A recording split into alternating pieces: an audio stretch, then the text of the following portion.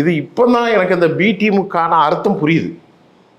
இது அதிமுகவின் பி டீமாக மாறி அதிமுக இல்லாத ஒரு சூழலை கொண்டு போயிடும். இப்போ நீங்கள் இணையதெல்லாம் எந்த கட்சியிலேருந்து அதிகமாக இணைஞ்சிருக்காங்க? அதிமுகலேருந்து இணைகிறாங்க. அதிமுகவில் கிட்டத்தட்ட நீங்கள் பாருங்கள், இப்போ நிற்கிற போட்டியாளர்கள் யார் பாருங்கள். தாராபுரத்தில் சத்யபாமா, பெருந்துறை ஜெயக்குமார், அதுக்கப்புறம் மதுராந்தகத்தில் மரகதம் சிவி விஜயபாஸ்கர், சமுத்திரத்தில் இசைக்கு சுப்பையா, அவர் ஒரு தொகுதியை ரிசைன் பண்ணியிருக்காரு. திருச்சி கிழக்கு தானே, கிழக்கு. இப்போ இத்தனை தொகுதிகளும் 6 தொகுதி.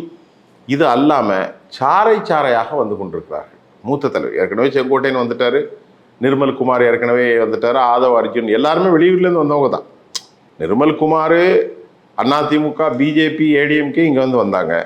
ஆதவ் அர்ஜுன் விடுதலை சிறுத்தைகள், திமுக விடுதலை சிறுத்தைகள் அங்கேருந்து இங்கே வந்தாங்க. நல்லா புரிஞ்சுக்கிடுங்க.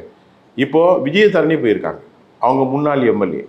இப்போ நல்ல ஒரு எமினன்ஸ் ஃபிகராக வந்திருக்காங்க. ஆனால் இதில் அவர் என்ன செய்யணும்னா ஊழல்வாதிகளை சேர்க்காம அவாய்ட் பண்ணணும். ஏன்னா அதை எப்படி செய்ய போகிறான்னு அவருக்கு தெரியல. ஒரு அதெல்லாம் வந்து அவங்க பின்னாடி இந்த அதிமுக திமுகலேருந்து வர்றதே கொள்ளடிக்க தான் வர்றான். இவங்க வந்து அவங்க கொஞ்சம் சரி பண்ணணும். சரி பண்ணுறதுக்கான வாய்ப்பு இல்லைன்னா பேர் கெட்டு போயிடும்.